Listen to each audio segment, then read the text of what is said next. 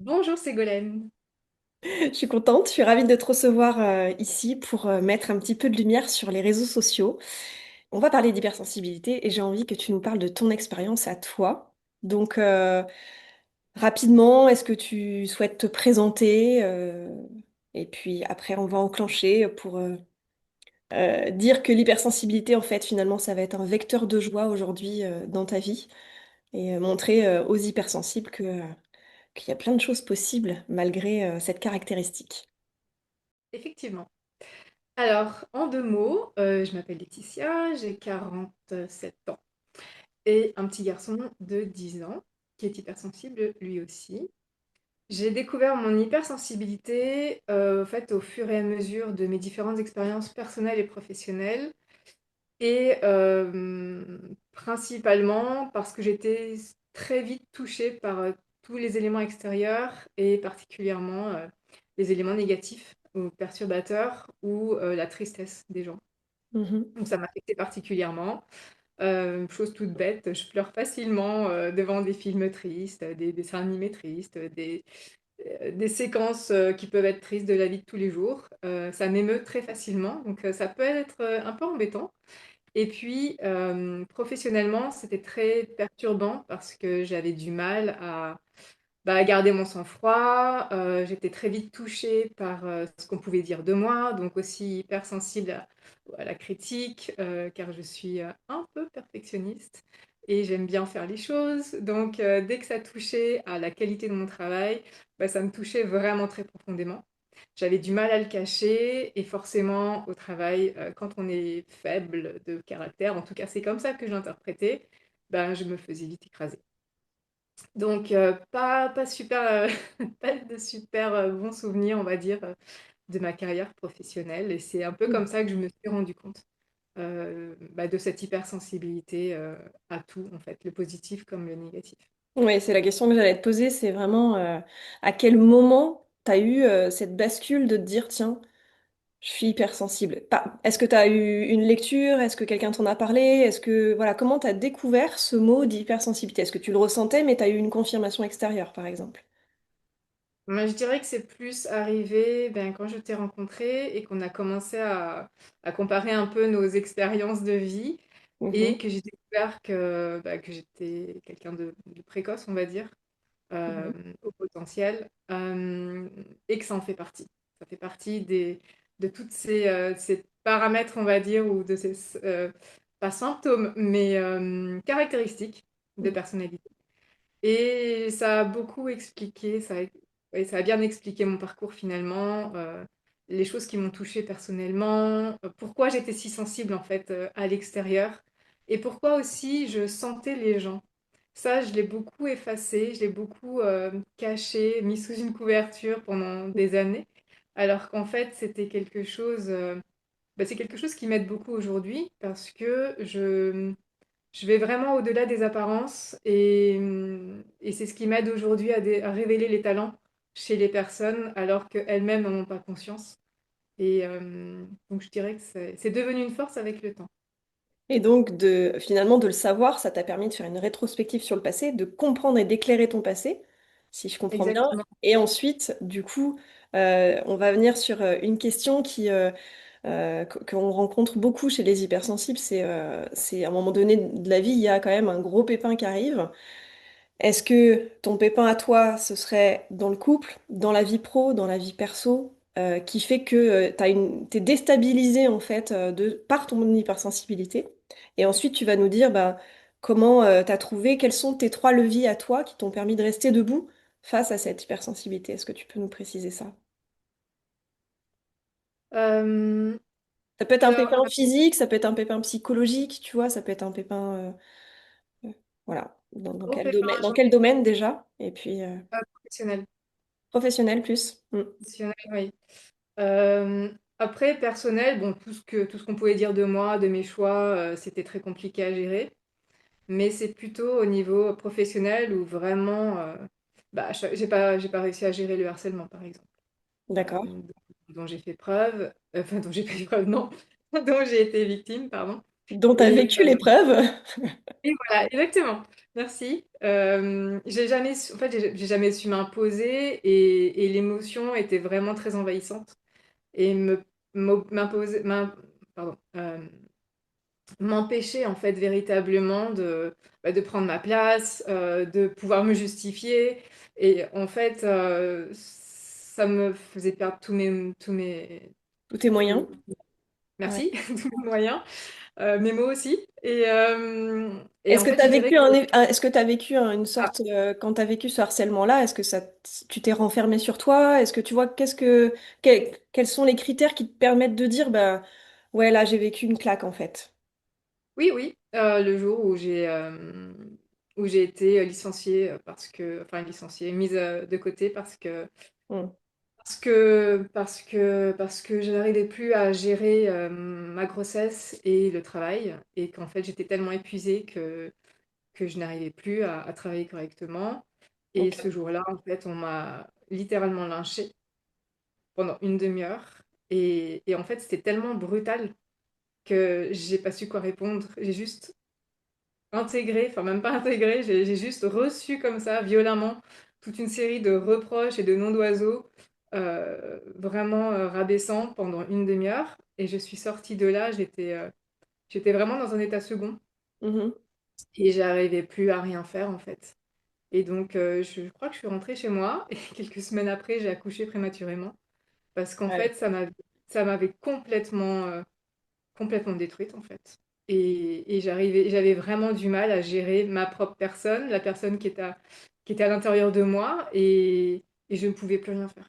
Littéralement, je ne pouvais plus rien faire. Mhm. Et j'ai pas su me défendre, et ça aussi, c'était quelque chose qui m'a beaucoup gênée, parce que je trouvais ça vraiment très injuste. Et le fait de ne pas avoir su me défendre moi-même, Mhm. bah, je m'en suis voulu. Mais voilà, Et oui, en plus, il y a eu la culpabilité de ne pas pouvoir t'en sortir. Et alors, du coup, à ce moment-là, tu vois, on va parler des leviers qui t'ont aidé à te remettre debout, peut-être. Et puis après, on va aller sur la suite. Mais est-ce que c'est des leviers, est-ce que tu t'es fait aider, je sais pas, d'aller vers un thérapeute? Est-ce que c'est un soutien familial? Comment t'as pu j'ai transformer ce pépin, en pépite aussi, tu vois? Qu'est-ce qui t'a oui, permis, je dirais que bon, c'est mon entourage familial qui m'a beaucoup aidée, mon mari en l'occurrence. Et puis j'ai été suivie, oui, par une thérapeute qui m'a permis de m'exprimer, de comprendre ce qui se passait aussi à l'intérieur de moi et à l'extérieur, de prendre du recul par rapport à la situation. Et puis, une fois que le petit est arrivé, en fait, bah, de pouvoir remonter en selle, si je puis dire, et Mm. puis aller de l'avant, parce que de toute façon, j'avais pas le choix. Donc, un des leviers, déjà, c'était cette petite créature qui est arrivée enfin, sans prévenir et qui avait besoin de moi. Qui t'a Donc, raccroché à la vie, finalement? exactement, ouais, tout à fait. Ouais. Puis aussi la rage, en fait, quelque part, me Mhm. dire que, ben voilà, j'y suis arrivée, j'ai quand même eu mon bébé, globalement, il allait bien. Évidemment, prématuré, c'est jamais trop l'extase. Mhm. Mais globalement, il allait bien et moi, j'y étais arrivée. Donc, il n'y avait il y avait pas de raison qu'on me rabaisse et qu'on me dise que je suis capable de rien. Alors le deuxième levier, est-ce que ça pourrait pas être célébrer cette petite victoire en fait, d'être capable peu importe ce que les gens en pensent sur le reste, que bah là t'as réussi à donner la vie quoi. C'est Exactement. Ouais. ouais.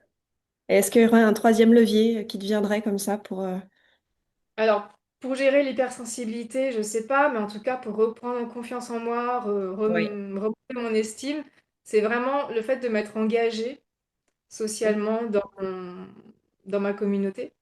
Mhm. Et en fait, pendant mon congé maternité, je voulais pas repartir tout de suite dans une aventure entrepreneuriale enfin, dans une entreprise, parce que j'en avais vraiment, enfin, j'avais peur, quoi, de Mhm. recommencer l'expérience, de Mhm. revivre ça. J'étais pas prête du tout. Je m'en suis rendu compte un peu plus tard, en fait, parce que la première chose qu'on fait, c'est on repart parce que voilà, il y a les conditions On se financières, protège. Ouais, bien sûr. etc. Mais finalement, ça n'a pas marché. Et donc, je me suis questionnée et je me suis dit que non, il y avait quelque chose qui allait pas. Donc, du coup, j'ai pris le temps après pour moi. Et je me suis engagée socialement. Je me suis engagée auprès d'enfants, en fait. J'ai fait du soutien scolaire de manière bénévole. Mhm. Et, et suite à ça, bah, j'ai écrit des livres. pour enfants, pour Mhm. les aider pour aider les enfants dyslexiques, pour aider les enfants à s'intégrer avec la lecture, en communiquant, en apprenant à parler, en apprenant une nouvelle culture. C'était beaucoup d'enfants allophones. Euh, Alors, et tu dirais que ton troisième levier, c'est plus le fait de t'être tourné vers du social et de remettre de l'activité dans ta vie, ou est-ce que c'est l'art de l'écriture qui t'a aidé? Ce serait lequel, tu vois, qui t'aurait permis finalement de vivre cette hypersensibilité tout en retournant dans la vie active? bah, les deux, parce que finalement, la, la vie sociale m'a permis de découvrir cette part de moi. Parce que oui, Oui. je faisais déjà de la musique à l'époque, Mhm. euh, mais j'écrivais aussi des chansons. Mais j'écrivais pour moi, pour m'exprimer, et pas forcément pour d'autres. Et là, le fait de me rendre compte que j'arrivais à faire autre chose avec l'écriture et que j'arrivais à transmettre autre chose et des émotions différentes, ça Ouais. m'a vraiment fait du bien. Mhm. Et je pense que ça a été vraiment une thérapie quelque part, en effet.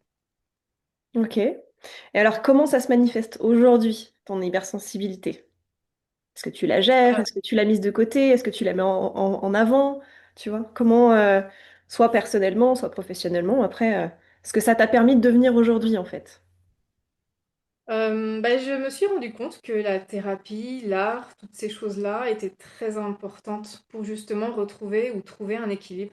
Mhm, Donc effectivement, j'ai eu plusieurs expériences qui m'ont quand même traumatisée dans ma vie, personnelle ou professionnelle. Et il y en a qui sont un peu plus marquantes que d'autres, qui sont toujours là ou qui sont en train d'être guéries. mhm. Et oui, la thérapie, l'EFT, des choses comme ça, du, aident en fait. Et c'est des choses que j'ai découvertes sur le tas, mais que je trouve très aidantes. Après, moi, j'arrive pas vraiment à écrire pour moi. J'arrive plus particulièrement à écrire pour les autres. Et je sais pas si c'est vraiment ça qui m'aide, mais en tout cas, j'essaye de traiter en fait cette hypersensibilité entre guillemets négative pour justement ne pas qu'elle m'affecte au quotidien. Mhm, Et côté positif, eh bien, je m'en sers pour comprendre les gens dans mon métier d'aujourd'hui, qui est celui d'accompagner les personnes comme toi en fait, hein, révéler leur potentiel, trouver puis prendre sa place. mhm, Et ma faculté à moi, c'est de faire des liens entre plein de choses diverses et variées, des fois qui n'ont pas de rapport entre elles. mhm, Mais j'ai une intuition qui est très développée et je m'en suis rendu compte au fil de mes accompagnements. mhm. Ça me permet justement de trouver le positif et de révéler le positif et les talents des personnes quand elles-mêmes, en fait, n'en ont pas conscience. Donc, c'est comme si moi, j'intégrais, en fait, leur personnalité, leur histoire, alors qu'elles-mêmes ont du mal. Et donc, de ce côté-là, oui, mon hypersensibilité me permet de les sentir Ouais, plus qu'eux-mêmes n'arrivent à se sentir. Et donc, c'est vraiment ça que j'exploite aujourd'hui ok. et je trouve génial. Hmm. Donc, l'hypersensibilité n'est plus un fardeau aujourd'hui, tu dirais ça? C'est comme t'es une compagnie avec laquelle tu avances, ouais, et qui peut même te guider, peut-être, certainement, par moment. Et Oui, oui, c'est ça. ouais, en 2026, quelle est ton intention, du coup, pour être ton propre soleil avec cette hypersensibilité? Comment t'amènes ta lumière dans ce monde? Est-ce que c'est plus par l'écriture? Est-ce que c'est plus par l'accompagnement, tu vois? Qu'est-ce que en 2026, tu as envie de mettre un petit peu plus en avant? Vraiment, vraiment l'accompagnement. Ouais. euh, Apprendre, mais avec l'écriture. En fait, je travaille de plus en plus avec des pratiques narratives, donc ça vient pas de nulle part évidemment, Mm, mais mm, c'est mm. plus moi qui écris, c'est les autres qui réécrivent leur histoire. Et je Donc trouve tu ça combines finalement les deux, c'est ça? exactement. Ces deux Ouais, pôles, ouais. j'ai trouvé comment justement utiliser cette hypersensibilité comme, comme outil, oui, mais surtout comme identité en fait, et Ok. comme force et comme singularité dans mes accompagnements. Ok. Alors, un petit mot de la fin qui soit éclairant pour nos hypersensibles qui vont regarder et te découvrir.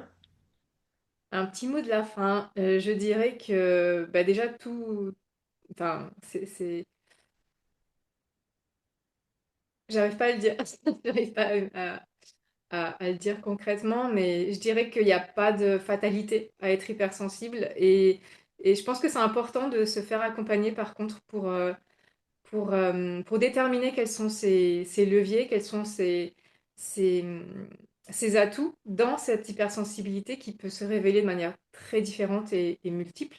Hmm. Donc c'est vrai que c'est très important de savoir comment elle se révèle, comment elle s'explique et euh, elle, euh, elle est visible ou voilà. J'ai du mal à parler aujourd'hui, je suis Bah, en désolée. fait, moi, parce que je te connais un petit peu, on a fait une belle expérience ensemble de l'arbre de vie.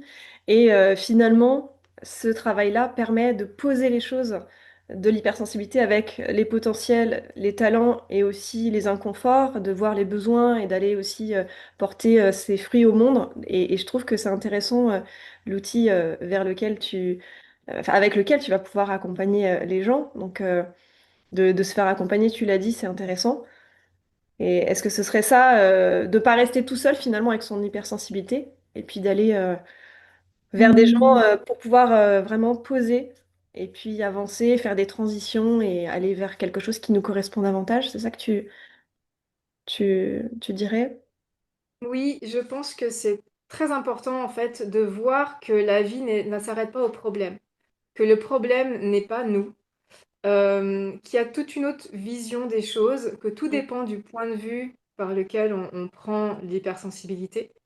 Et vraiment que ça peut être une force à partir du moment où on sait comment l'exploiter et où on sait comment développer ses potentiels, parce que tout le monde a des potentiels. Et, et c'est ça que j'aime dire en accompagnement, et même quand je rencontre n'importe qui, en fait. Mhm. Euh, les problèmes ne nous définissent pas. Les personnes ont quelquefois des problématiques à gérer, mais en étant accompagnées, et je pense que vraiment, on peut prendre les choses d'un autre côté et, Mhm. euh, et en faire des forces. Euh, Parce qu'il y a toujours une autre vision et c'est jamais noir et blanc ou nous blanc. Et, euh, et je te laisse le mot de la fin. Non, mais déjà, je vais te remercier pour avoir t'être prêté au jeu et de partager un petit bout de ta vie d'hypersensible. Je te souhaite le meilleur et puis bah, je mettrai en lien tous tes contacts si certains veulent trouver un pont pour pouvoir passer d'une hypersensibilité qui peut être lourde à porter à une hypersensibilité qui peut être légère à vivre avec les compétences et les talents qu'on peut mettre en avant. Donc je mettrai tout ça en lien en dessous de la vidéo.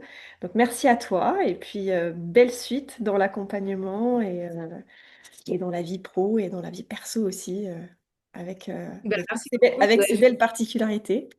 Tu voulais dire? Oui, effectivement. Oui, pardon. Bah, du coup, je rebondis juste un petit peu sur l'arbre de vie. En fait, l'arbre de vie, c'est vraiment un outil que je trouve très puissant pour réécrire son histoire de manière positive. Comme Mhm. tu l'as expliqué, on dit retourne son histoire, en fait.